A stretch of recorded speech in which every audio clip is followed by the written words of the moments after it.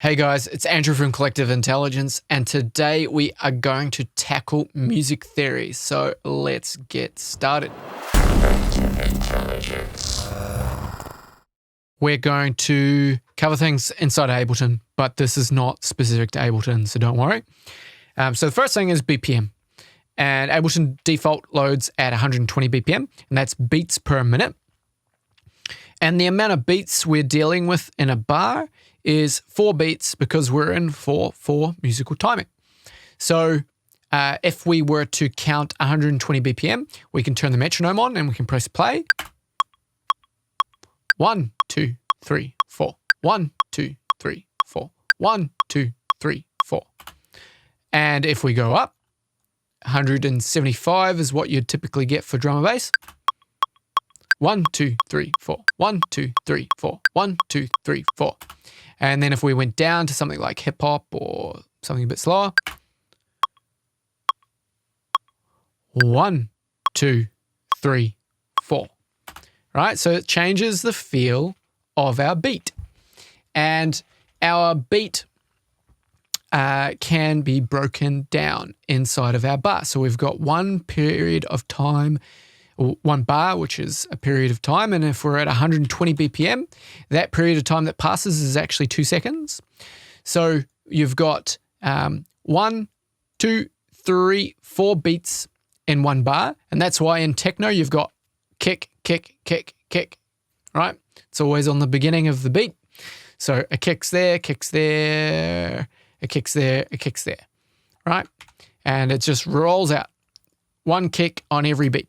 Same as house, same as techno, same as trance. Dubstep, drum and bass, hip hop, slightly different. They use broken beat patterns. But generally speaking, all of them are 4/4. And if we change that to 5/4, then you see it adds an extra in an extra beat, which will change the timing. 1, 2, 3, 4, 5. 1, 2, 3, 4, 5. 1, 2, 3, 4, 5. And something that you'll be quite familiar with hearing is this. 1, 2, 3. 1, 2, 3. 1, 2, 3. 1, 2, 3. Right? So that's older styles of dance music like the waltz. I believe the waltz is in the 1, 2, 3. So that is BPM, time signature roughly. I'm not going to get deep into time signature because it gets very confusing.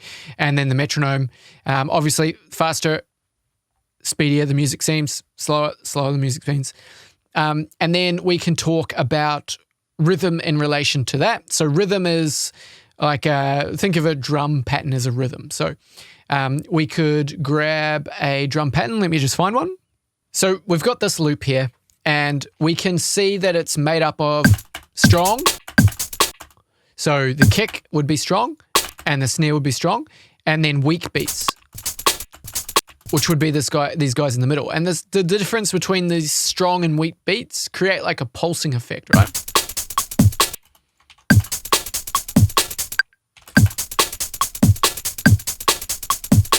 Cool. And then if I were to just go and make a MIDI pattern and then do this sort of thing, and then we grab that, and then we go in here and we put it on the old cowbell. Right, we've got a robotic beat. There's really not a rhythm to this. It's just the same thing hit at the same speed. So it's very different from this. So what we can do is we can give this rhythm by this sort of idea. So we could take certain beats out, and that will create a bit of a rhythm. So if I take that,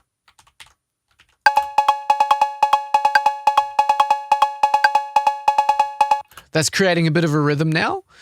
So there's a bit of movement or feeling to it. So, and then we can take it even further. We can use Ableton's Groove library. So I'll just deactivate my camera quickly. We can come in here and we can go browse library, and we can go, I've just gone into MPC, and I usually like this guy. Nope, I need to,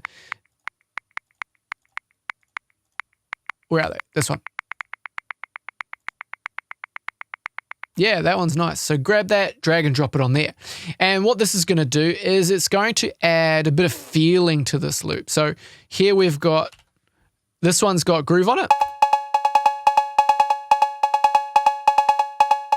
Right, notice how some notes are a little bit quieter than the others on here. And if I turn the velocity up, so the difference between the loud ones and the quiet ones is quite dramatic.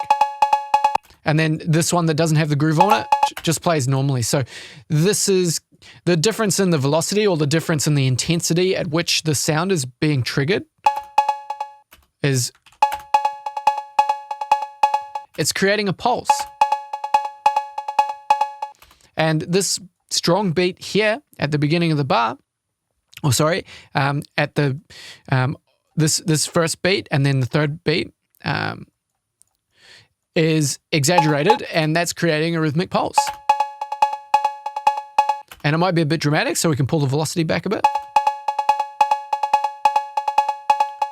Right? So it's changing the sounds and how loud they are when they're triggered. But if we go ahead and we commit that, we can also zoom in and we can see there's actually moving these hits out of time, and that's creating a groove or a swing, right? And that's an effect that's humanizing the beat. And that's how we can make rhythms. And then if we create rhythms that interplay with each other, so we've got this drum pattern and we've got the cowbell.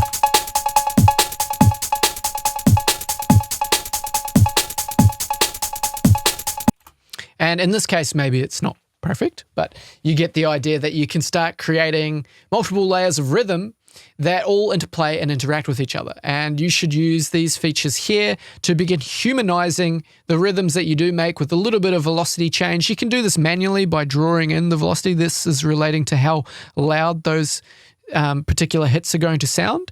And then the timing is related to how far off of the grid it's going to move it. So you can play around with that and you can get more feeling in your music. The more feeling that your music gets, the less robotic it seems. So when you're dealing with electronic music, it can be really helpful to try and humanize things as much as possible. We've talked about BPM. We've talked about the musical signature, time signature. We've talked about rhythm, which is related to time essentially because it's moving it back and forth on time. Now we're going to talk about frequency and then notes and then the key and then a scale and then chords and then harmony. And by the end of it, you'll understand all of the basic building blocks of music theory. So I'm just going to jump over to a website and we'll start chatting about frequency. So when you're dealing with Western music, you're dealing with the note of A, the fourth note of A, so 4 octaves up from the bottom of the piano. You're dealing with 440 hertz. And what that's relating to is it's relating to the vibration and the frequency of that vibration. So when I say frequency, I mean if we're looking at a rolling wave like this, a sound, the frequency is how quickly it's cycling, right? So this is a sine wave cycling. How quickly is it cycling?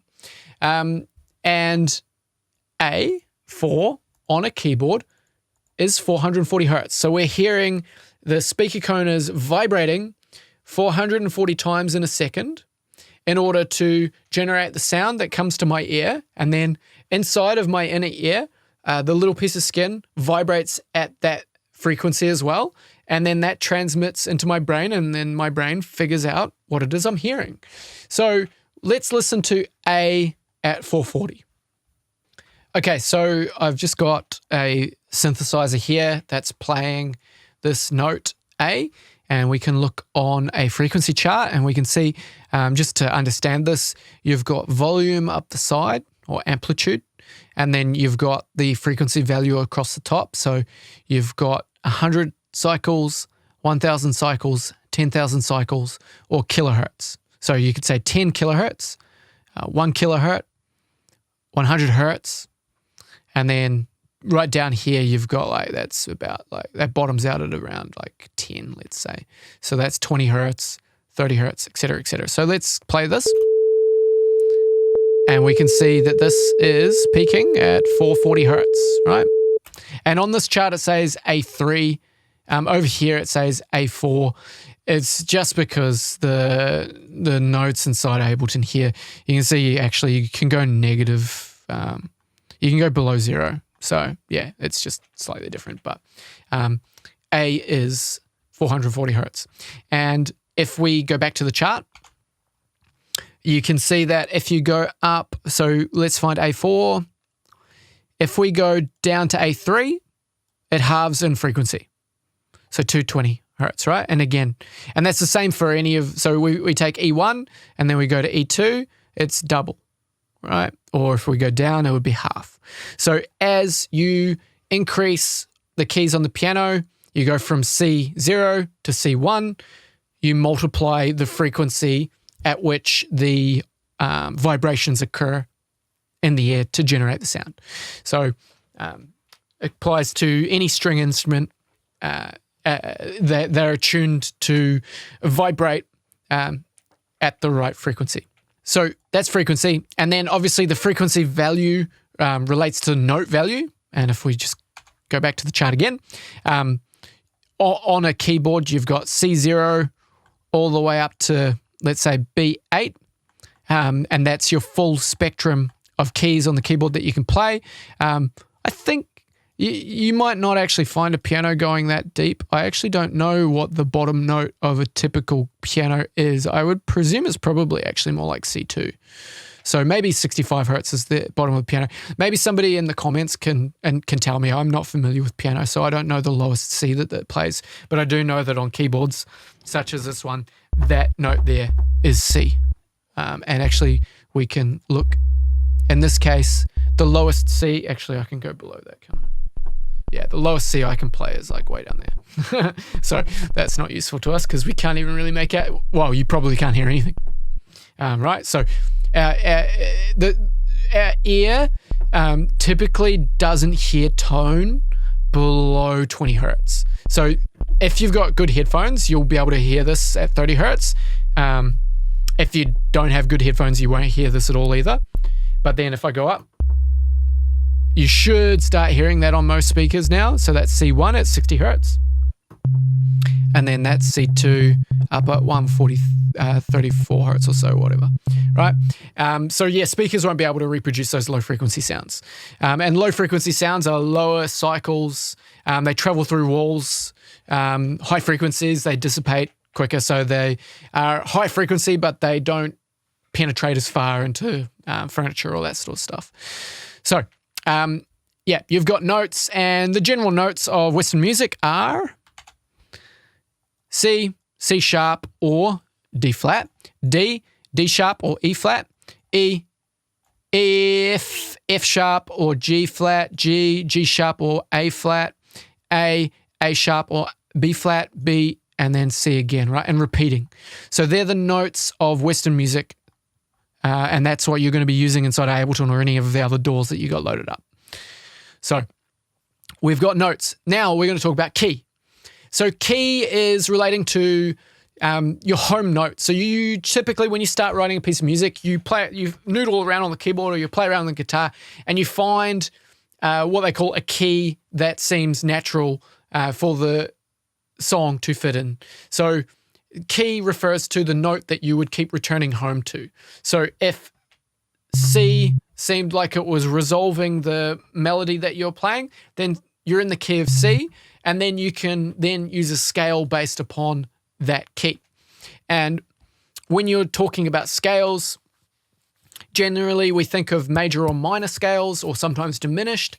So we can jump over to the minor scale, and we can see that if we just type C minor, we get to see all of the notes within that particular scale. So, whoops-a-daisy, I didn't mean to click that. So C, D, E flat, F, G, A flat, and B flat. They would all sound musically cohesive with each other.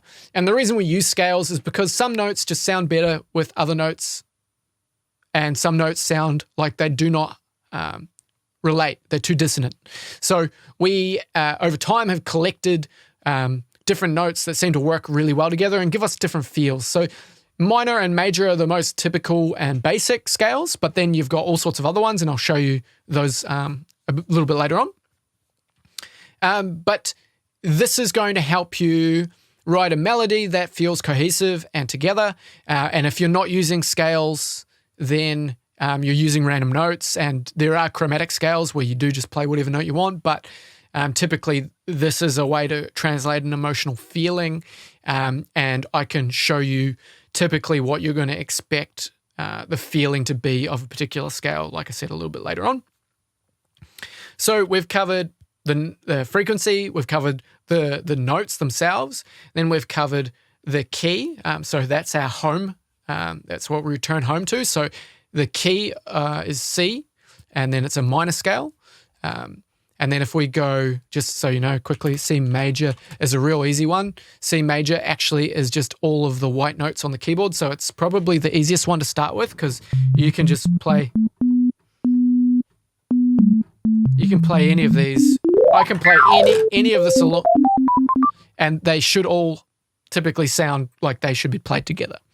Right, so let's jump back into Ableton.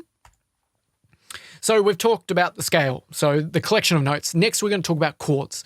So chords are also known as triads, and triad is talking about 3, right? So if we look at the chords of the C major scale, I can show you this really handy tool that's going to help improve your music theory knowledge, because it's just so good. It is called Scalar.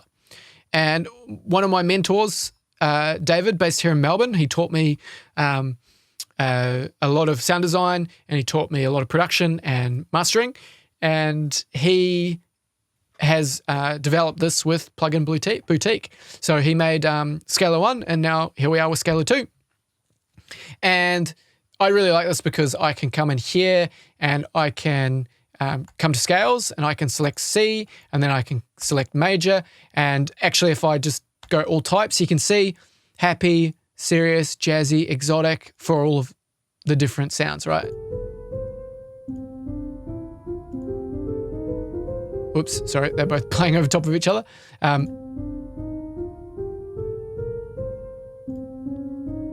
See, you get different feels from all of them. That one, that first note there gives it a little bit of a dissonant or sort of unstable sound. So I guess that makes it a little bit more lively feeling. But the C major scale is typically thought of as being happy, light, bright. And you can go through all of these. There's heaps of variations, not just major and minor. There's heaps of other modes. Cool. So I'm going to select major. I'm going to click it. And then down here, I instantly get given all of the chords in that scale. And this is really helpful because it arms me with what I need to, my basic building blocks for creating a melodic structure of my track. So I need to interrupt myself because I do not feel like I explained properly chords or triads. So let's look at the chords that I have got in front of me here. And we are looking at the C major scale, and you'll notice that this is one chord, this is another chord, this is another chord, blah, blah, blah, blah, blah, right?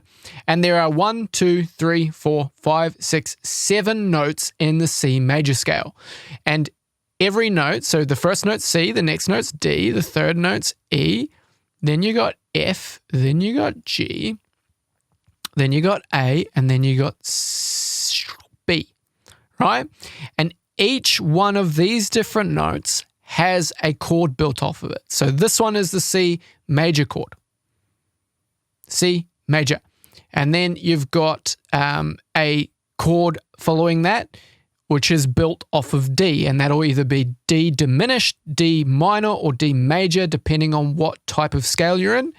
And then again, another chord that's built off of E, another chord that's built off of F, another chord that's built off of G, A, and B. So the whether it's major, minor, or diminished will relate to the scale that they're in. And then if I go back to what I'm doing inside of Scalar right now, you'll see that some of them are labeled diminished. So down the bottom where I'm about to record stuff out, just pay attention to that and see what I'm doing. Sorry to interrupt myself. I just feel like I needed to properly explain what a chord or a triad is. It's 3 notes. The root note indicates the name of the chord, and then the way that the chords or the distance each note is apart from each other will relate to whether it's a minor, a major, or diminished, or augmented, or whatever type of chord. But the most common ones that you'll be dealing with, minor or major chords, and then diminished will be commonly coming up too. Cool? I can click and audition the C major. Okay, so C major to E minor sounds really nice.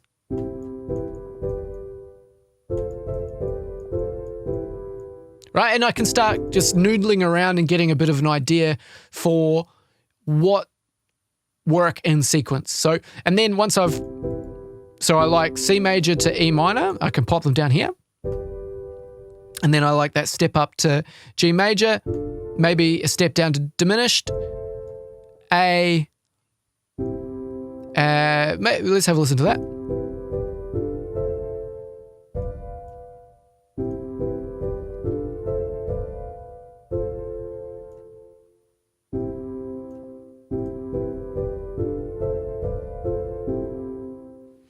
Cool, that's a nice little pattern. And then what I can do once I've got that, and there's plenty of other features inside here, but I'm just going to show you a basic look at how you can get something really useful out of it to start with.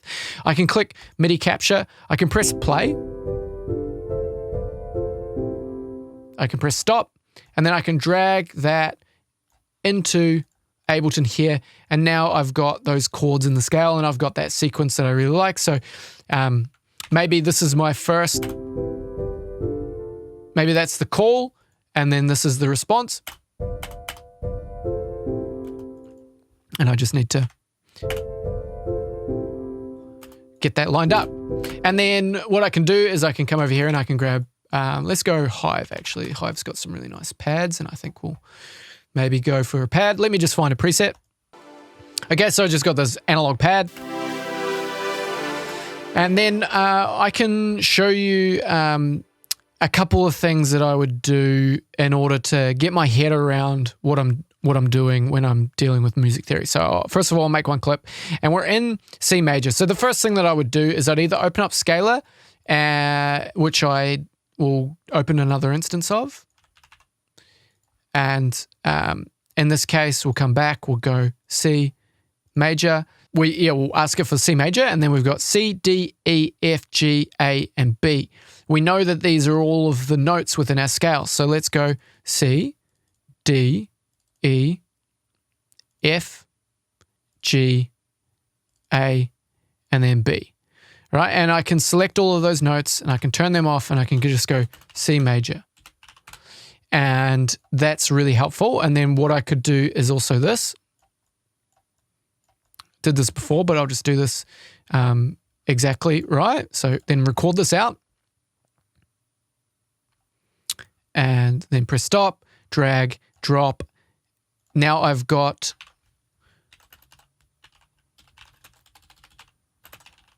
the C major scale in here. So if I fold this, then all of these notes are in my C major scale. And then these are all of the notes, the chords, sorry. Now we'll talk about finally just brushing up a little bit more on melody. We talked about the chords, we'll talk about melody, and we'll talk about harmony. Now, melody is referring to one sound playing one note at a time. So a melody is something a little bit like this. This is really cheesy and bad, but it's just one note playing at a time. Wow, okay. That sound is weird. But yeah, so that is the essence of a melody. A melody is just single finger, like da, da, da, da, da, da, da. That's a melody. But chords are obviously pressing multiple keys at a time. And you can write a melody and then have a chord playing in the background, and that's going to create a harmony, because when you're playing the notes in the scale and they're matching the other notes, that's what harmony is. So if I sing a C and then I play it with a fifth above, play another note that matches it, they're harmonizing with each other. So they're two notes that sound good together, 2 or more notes that sound good together, they create a harmony. And you can do that between multiple instruments. So you could have a vocalist singing a C, and then you could have a violin playing the fifth over top of it. And then there's musical cohesion between those elements. So melody is typically single notes, and then harmonizing is adding another note or more to relate to that note that's being played by the melody. So then finally, this is just really useful to have the chords and the notes all there ready to go. So if I pull in a new element, I can just quickly chop up all my chords, and I can, chuck it over here and then see what it sounds like playing with that instrument or whatever else.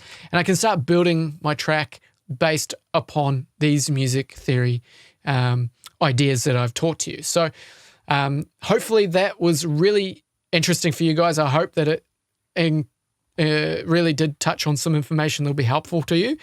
I would definitely recommend diving deep into Scalar 2 and understanding how you can use this to increase your songwriting capabilities. And it can do way more than what I've shown you here. I haven't even scratched the surface of it yet, to be honest with you. And it will be well worth scratching the surface of, because I know that it's going to really help you level up your melodies and put more feeling into your music, because it's very hard when you're writing electronic music, it's very robotic in a way, very rigid, and music theory is really going to help you express yourself more. And no musician is ever going to tell you that they wish that they learnt less about music theory. They're always going to tell you they wish they learnt more. Cheers, guys. Thank you very much for watching. I'll see you in another video.